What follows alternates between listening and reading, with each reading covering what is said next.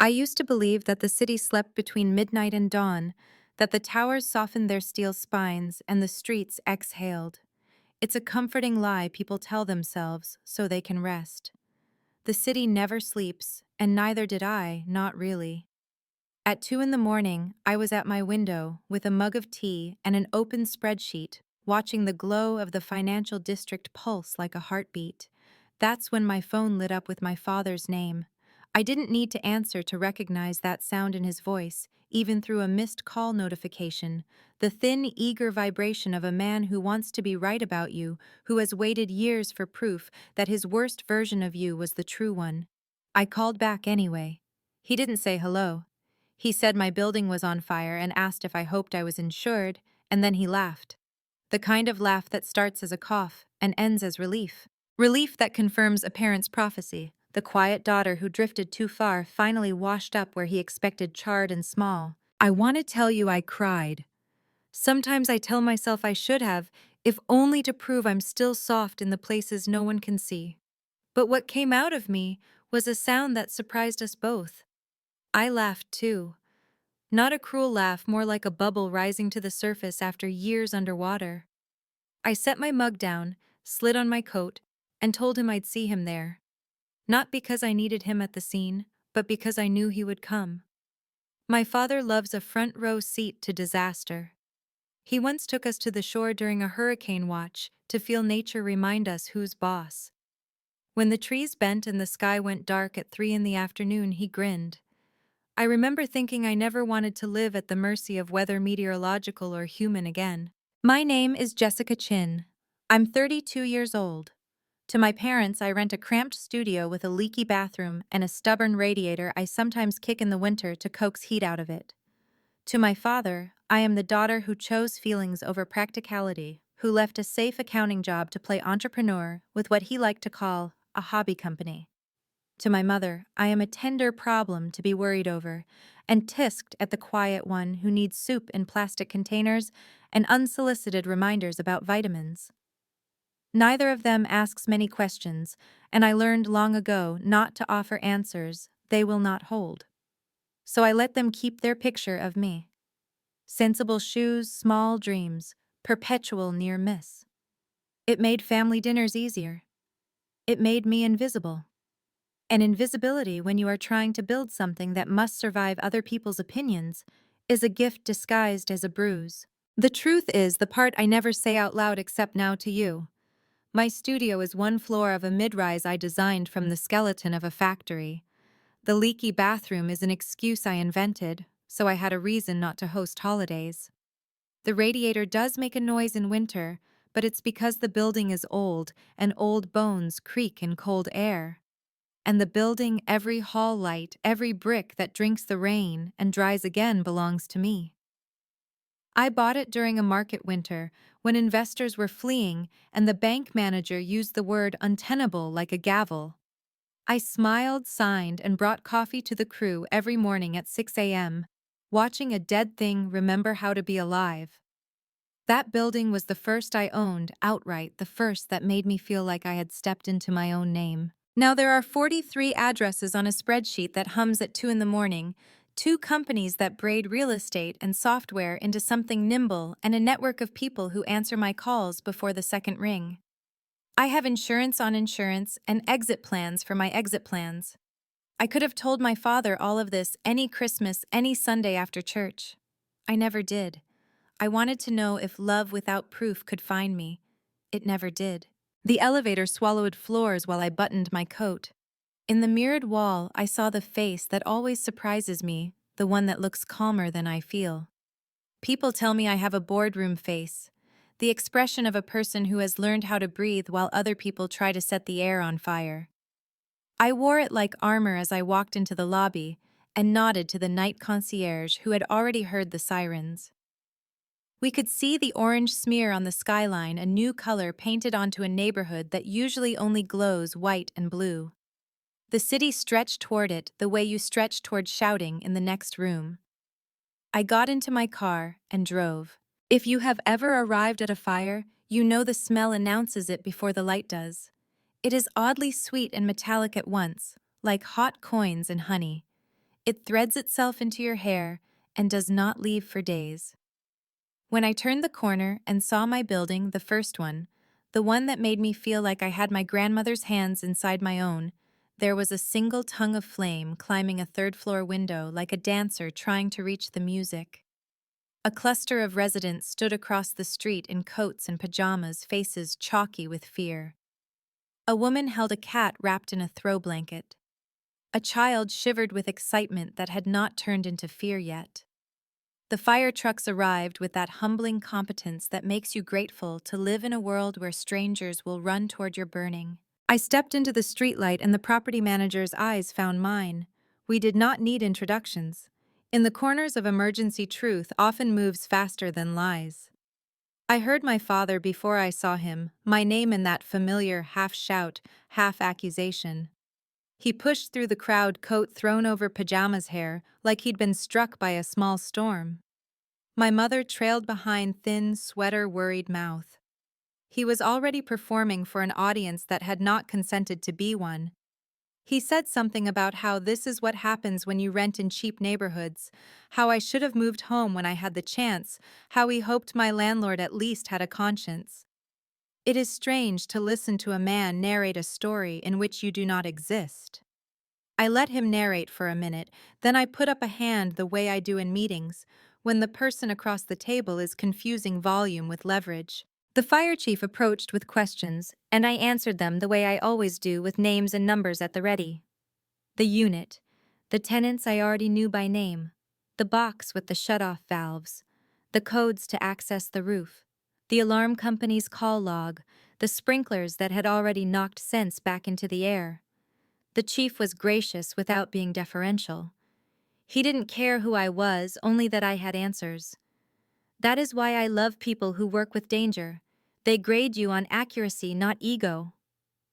He asked who had authority to sign for damages and temporary relocation vouchers.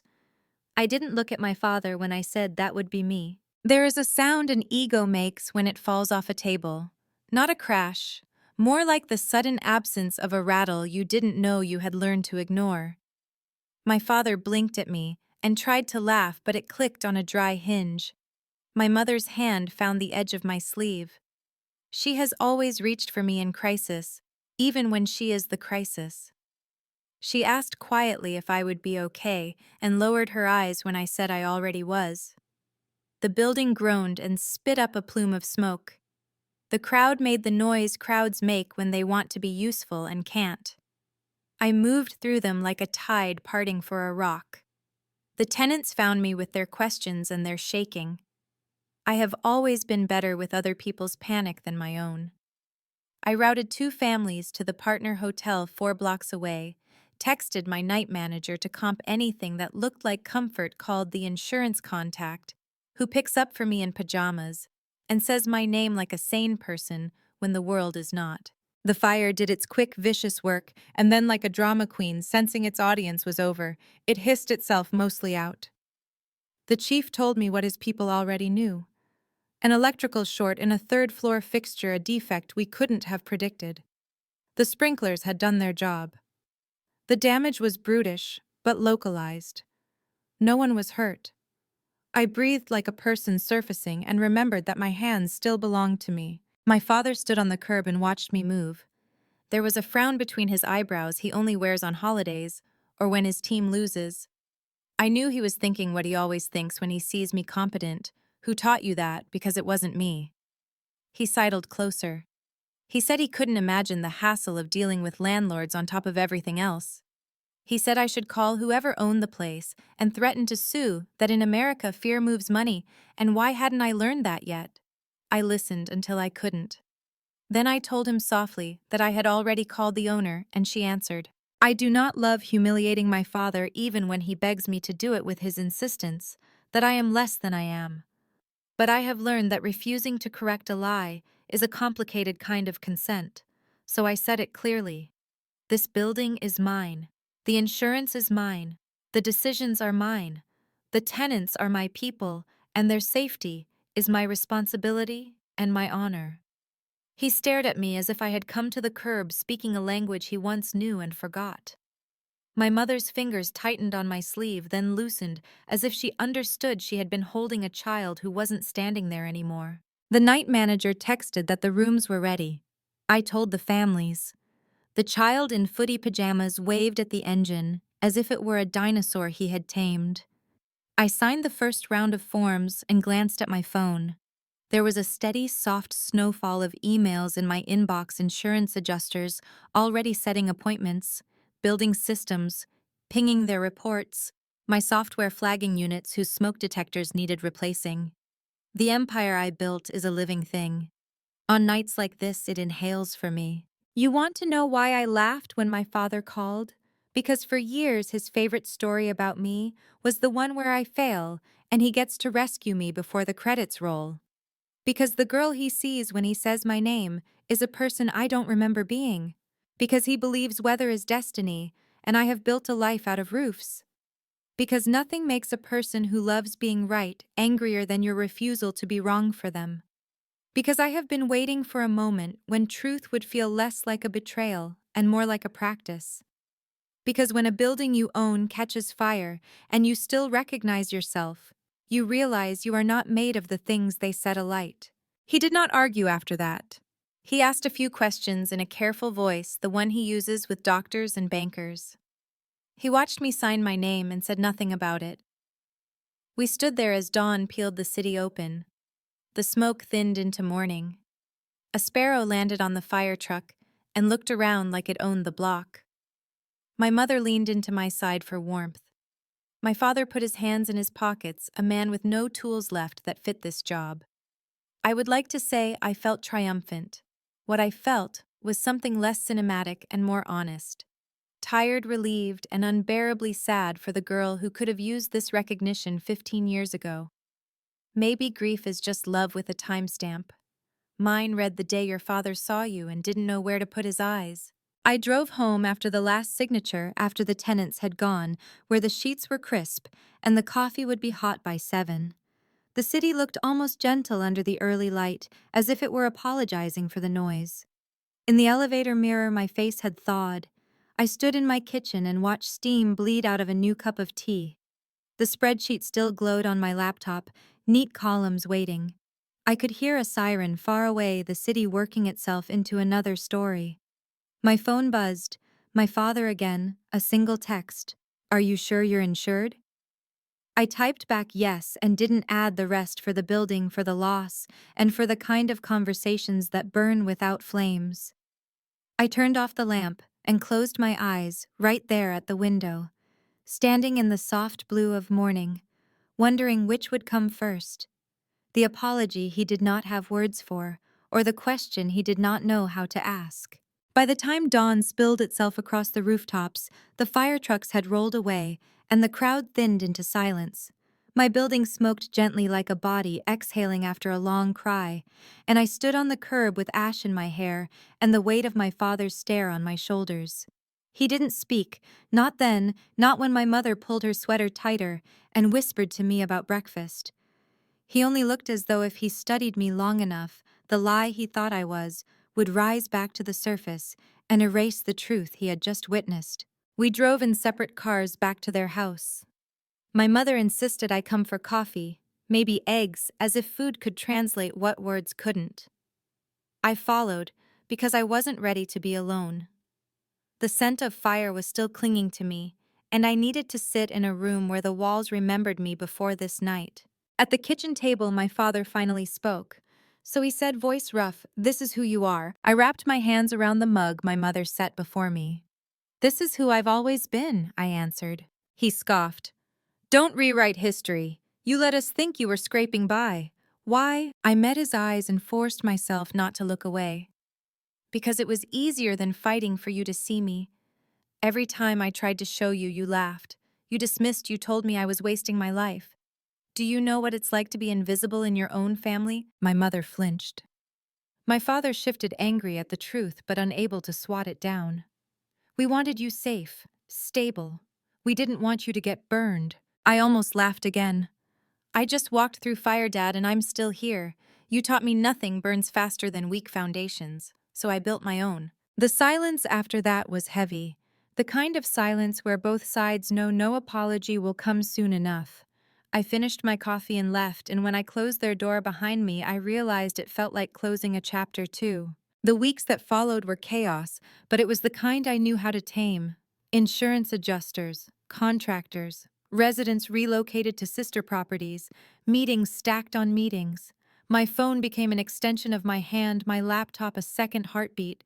I thrived in it, but at night when the noise died down, I felt the sting of that kitchen conversation. My father's disbelief wasn't new, it was the echo of every year he had decided for me who I was. But this time I wasn't invisible. This time I was undeniable. Still part of me craved recognition.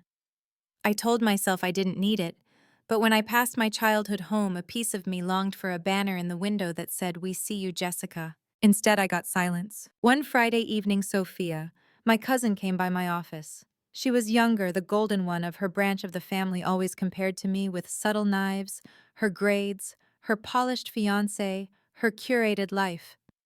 She leaned on my desk and grinned. "So you're the mystery landlord.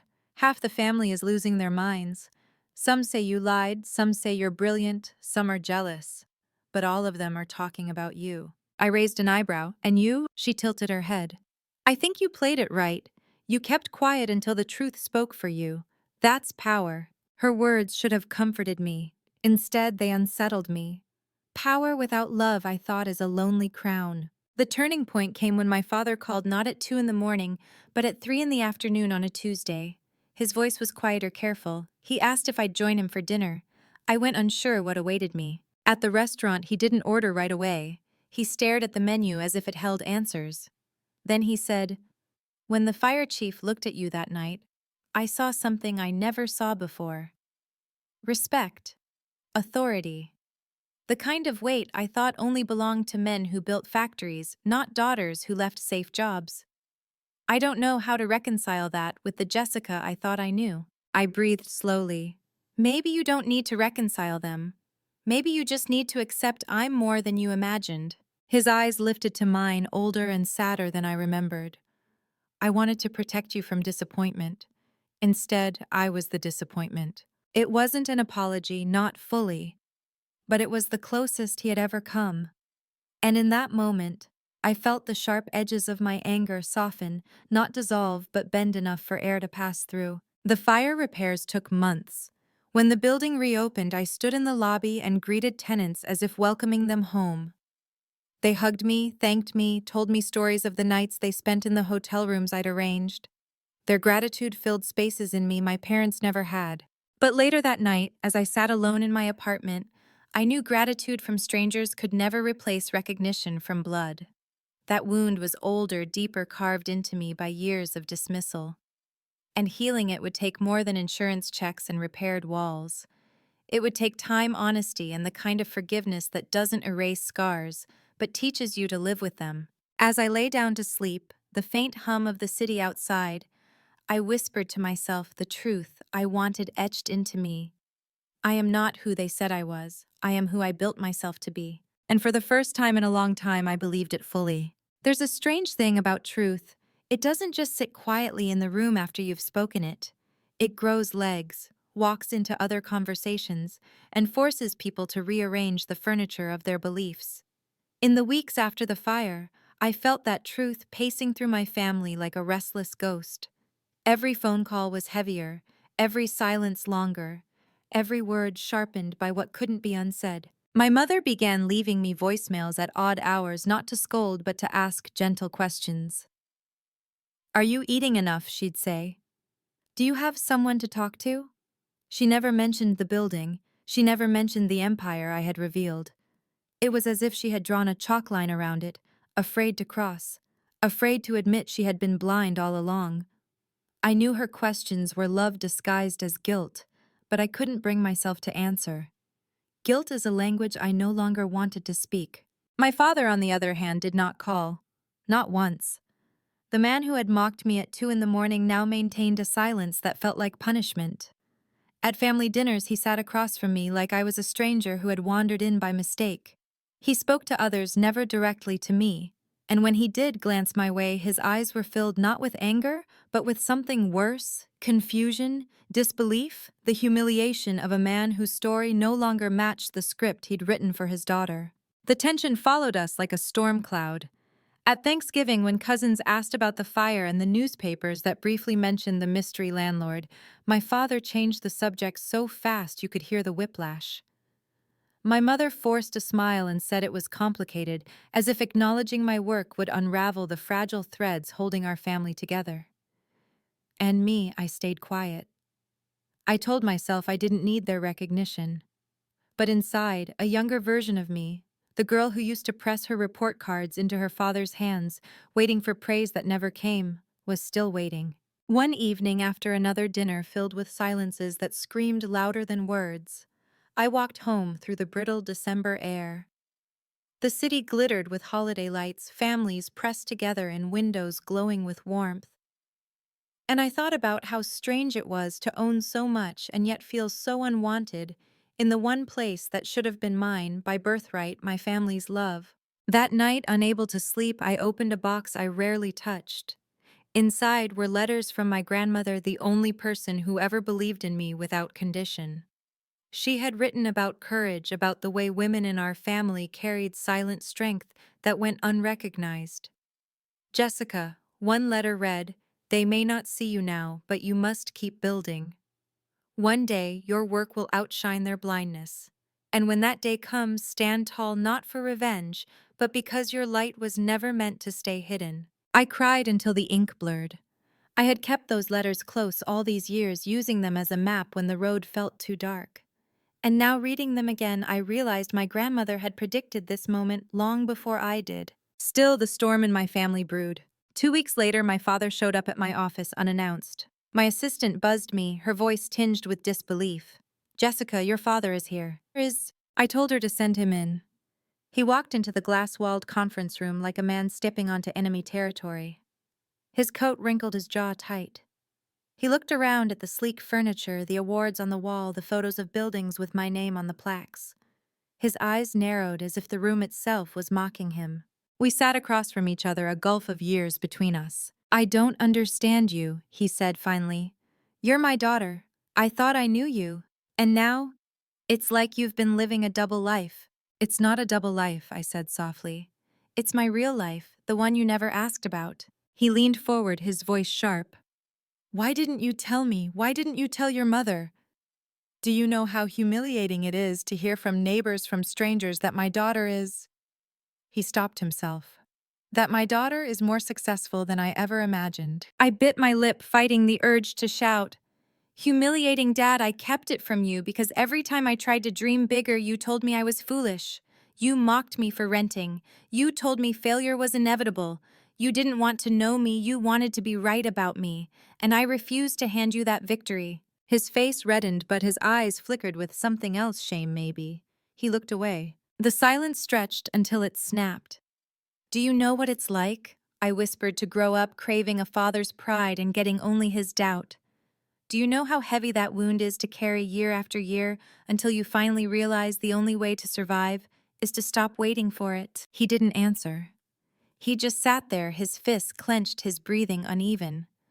For the first time, I saw not the man who had loomed over my childhood, but a man undone, fragile, confronted with the reflection of himself he had avoided. He left without another word. And I sat in that glass room, staring at the city outside, wondering if I had just lost my father forever, or if this was the first crack in the wall he had built between us. The weeks blurred again, but something in me had shifted. I was no longer hiding, no longer pretending to be smaller for their comfort. At community meetings, I spoke openly about my company. At industry galas, I stood in the spotlight instead of the corners. And slowly, I realized the truth my grandmother had written. My light was never meant to stay hidden. But the climax was still waiting. I could feel it in the air, heavy and inevitable, like thunder on the horizon. A confrontation was coming, one that would decide whether my family could ever be rebuilt, or whether the fire had burned more than just brick and mortar. The confrontation arrived on Christmas Eve. It was supposed to be a gathering of warmth, a truce against the cold outside. My mother cooked the same dishes she always did: ginger soy chicken, sticky rice dumplings, roasted sweet potatoes. The house smelled like my childhood, and for a moment, stepping through the door, I almost believed we could pretend everything was normal. But normal is a fragile illusion. It shatters with one glance, one word. My father greeted me with a nod, not a smile. My mother fluttered nervously, pouring tea, fussing with plates, trying to pad the silence with small comforts. Cousins arrived, aunts and uncles too, all laughter and chatter, until they noticed the tension that sat like an uninvited guest at the table. The fire had become family legend by now, the story passed around in hushed tones. Everyone knew more than they admitted, and everyone was waiting for me to confirm or deny the rumors. Dinner began, stiffly, chopsticks clinking against porcelain, voices low. My father cleared his throat and, with the timing of a man throwing a match onto dry wood, said, "So, Jessica, how's your little apartment holding up?" The room froze. I felt the eyes of half my family on me waiting. I could have smiled, played along, kept the peace. But something inside me, something tired of being erased, rose up. "It's holding up fine," I said evenly. "But you already know that, because it's not an apartment. It's my building. And the fire didn't ruin me, it revealed me." Gasps circled the table. My mother dropped her chopsticks. My father's face hardened, his pride bruised by my defiance. "You don't need to humiliate us," he snapped. "We raised you. We gave you everything." My voice shook, but I didn't back down. "You gave me food, a roof, rules. But you never gave me belief. You never gave me pride. Every dream I dared to speak, you crushed before it could breathe. So I built my own air. And now you want credit for the lungs I grew." The words poured out of me, years of silence breaking open.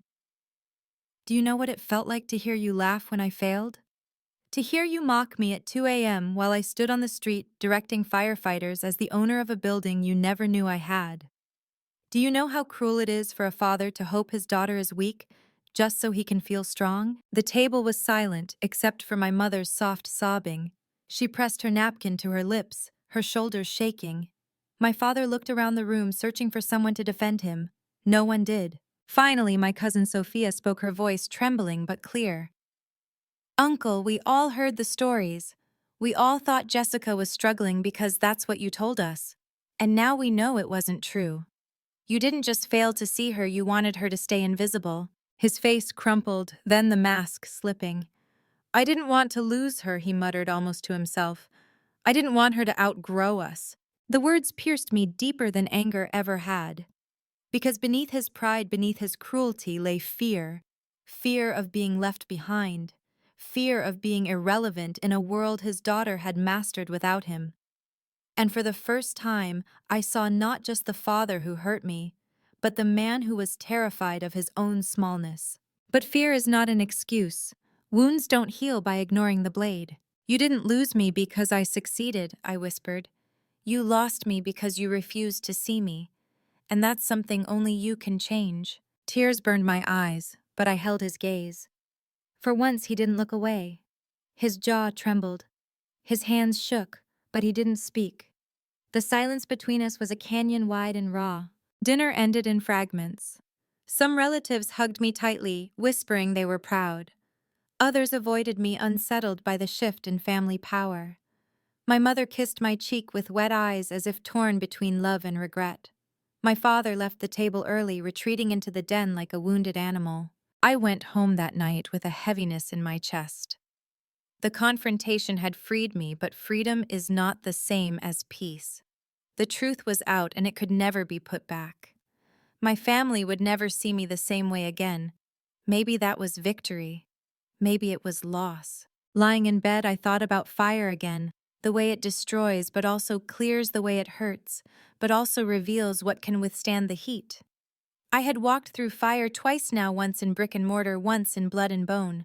Both times I had come out standing. But the final reckoning was still ahead. Because surviving fire is one thing. Choosing what to rebuild from the ashes is another. The confrontation arrived on Christmas Eve. It was supposed to be a gathering of warmth, a truce against the cold outside.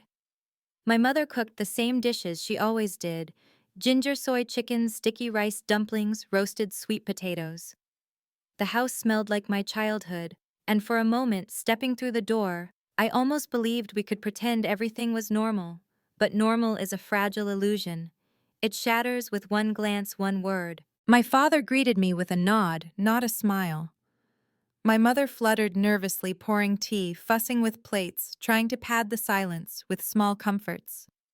Cousins arrived, aunts and uncles too, all laughter and chatter, until they noticed the tension that sat like an uninvited guest at the table. The fire had become family legend by now, the story passed around in hushed tones. Everyone knew more than they admitted, and everyone was waiting for me to confirm or deny the rumors. Dinner began stiffly, chopsticks clinking against porcelain, voices low. My father cleared his throat, and with the timing of a man throwing a match onto dry wood, said, "So, Jessica, how's your little apartment holding up?" The room froze. I felt the eyes of half my family on me waiting. I could have smiled, played along, kept the peace. But something inside me, something tired of being erased, rose up. "It's holding up fine," I said evenly. "But you already know that, because it's not an apartment. It's my building." And the fire didn't ruin me, it revealed me. Gasps circled the table. My mother dropped her chopsticks. My father's face hardened, his pride bruised by my defiance. "You don't need to humiliate us," he snapped. "We raised you. We gave you everything." My voice shook, but I didn't back down. "You gave me food or roof rules, but you never gave me belief. You never gave me pride. Every dream I dared to speak you crushed before it could breathe. So I built my own air, and now you want credit for the lungs I grew." The words poured out of me, years of silence breaking open. "Do you know what it felt like to hear you laugh when I failed? To hear you mock me at 2 a.m. while I stood on the street directing firefighters as the owner of a building you never knew I had? Do you know how cruel it is for a father to hope his daughter is weak just so he can feel strong?" The table was silent, except for my mother's soft sobbing. She pressed her napkin to her lips, her shoulders shaking. My father looked around the room, searching for someone to defend him. No one did. Finally, my cousin Sophia spoke, her voice trembling but clear. "Uncle, we all heard the stories. We all thought Jessica was struggling because that's what you told us. And now we know it wasn't true. You didn't just fail to see her, you wanted her to stay invisible." His face crumpled, then the mask slipping. "I didn't want to lose her," he muttered almost to himself. "I didn't want her to outgrow us."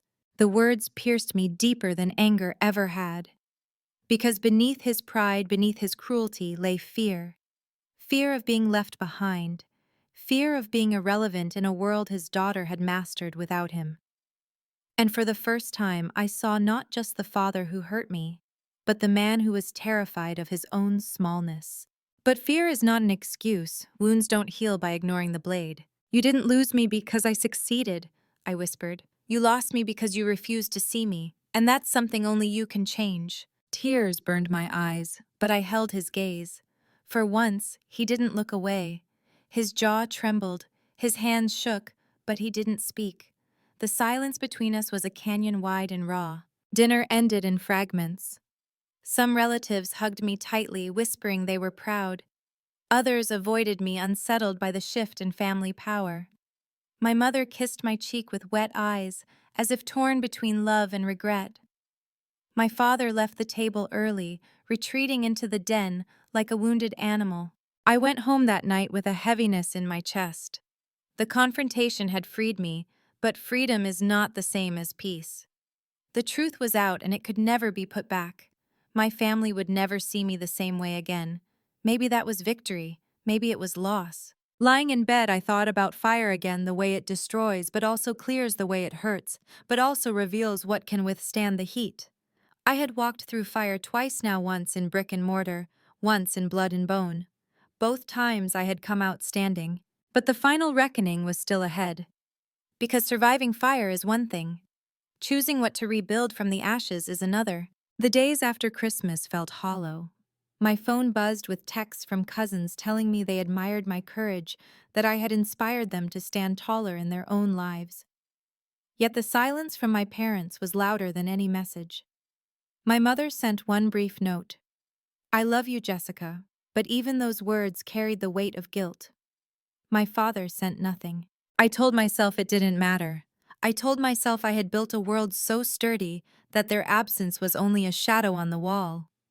But late at night, lying in my quiet apartment, I felt that shadow stretch long and heavy across my chest. There is no empire large enough to drown out the ache of being unseen by the people who first taught you your name. One evening, I returned to the building after repairs had been completed. The scent of fresh paint mingled with faint traces of smoke like a scar that lingers even after healing. I walked the halls greeting tenants who smiled at me with gratitude. Children waved older residents, clasped my hands, and one woman whispered, "You didn't just save this building, you saved us." Her words landed deep. I realized that even if my parents never said they were proud, these people had seen me in the moment of crisis and called me by my truest name, capable, responsible, strong. That was something no fire, no father's silence could erase. Still, when I reached the roof, I stood staring out at the city and thought of my grandmother's letters. She had once written, "Jessica, when the world refuses to clap for you, you must clap for yourself until others learn the rhythm." I whispered those words into the wind, letting them stitch the pieces of me that still ached. 2 weeks later, my father finally called. His voice was rough, hesitant. "Can we talk?" We met at a small diner on the edge of town, a place where no one knew us, where we could sit across from each other without the weight of family eyes. He looked older than I remembered, his hands trembling slightly as he lifted his coffee. "I've been thinking," he said. "All those years I thought I was protecting you by keeping your head down. I thought dreaming too big would only set you up to fail. But I see now I was wrong. I wasn't protecting you. I was protecting myself from the shame of not understanding you. And I'm sorry." The word sorry cracked something open in me. It wasn't perfect. It wasn't enough to erase the years of dismissal. But it was real, and sometimes real is more powerful than perfect. "I didn't need you to protect me," I said softly. "I needed you to believe in me. But maybe now I just need you to try." He nodded, eyes glistening. "I can try." For the first time in years, I believed him. Rebuilding trust with my parents wasn't quick or clean.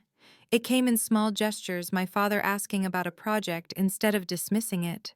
My mother sharing my successes with relatives instead of hiding them, dinners where my name wasn't a whisper but a story told with pride. The wounds were still there, but they were no longer festering. They were scars, visible and real, but healing. As for me, I kept building not just properties, but a life where my worth was no longer dependent on anyone's permission to shine. I expanded my company, signed deals that once would have terrified me, and mentored young women who reminded me of myself at 22, raw, underestimated, hungry to prove the world wrong. I told them all the same thing. You are not small. Don't let anyone convince you otherwise. Sometimes when I stand in a finished lobby, the lights warm and the air humming with new life, I think back to that 2 a.m. phone call. My father's laughter sharp with satisfaction. My own bubbling with freedom. It was the night everything burned, not just wood and plaster, but the lie of who I was supposed to be. And in the ashes, I finally claimed the truth. I am Jessica Chin. I am the daughter who was underestimated, the woman who was mocked, the child who grew up invisible. But I am also the owner, the builder, the survivor. I am not made of their disbelief. I am made of fire, and fire once survived becomes light. And if you're listening now, if you've ever been underestimated, if you've ever been told you are less than you are, I want you to remember this. You don't need their permission to rise. You don't need their applause to prove your worth. You only need your own belief, steady and unshakable. Build your life like a fortress, like a flame that refuses to be put out. And when the people who doubted you finally see what you've become, let their shock be the music you dance to, not the wound you bleed from. That is what I learned the night my father called to mock me, and I laughed. Not because the fire didn't matter, but because I finally knew that I did. If my story has touched you, if you've seen pieces of your own life in mine, I hope you'll stay with me. Like this video, share it with someone who needs the reminder, and subscribe so you don't miss the next story. And please leave a comment below. Tell me when you found your fire, when you decided you would never again let anyone write your story for you. Because your story matters, and your fire deserves to be seen.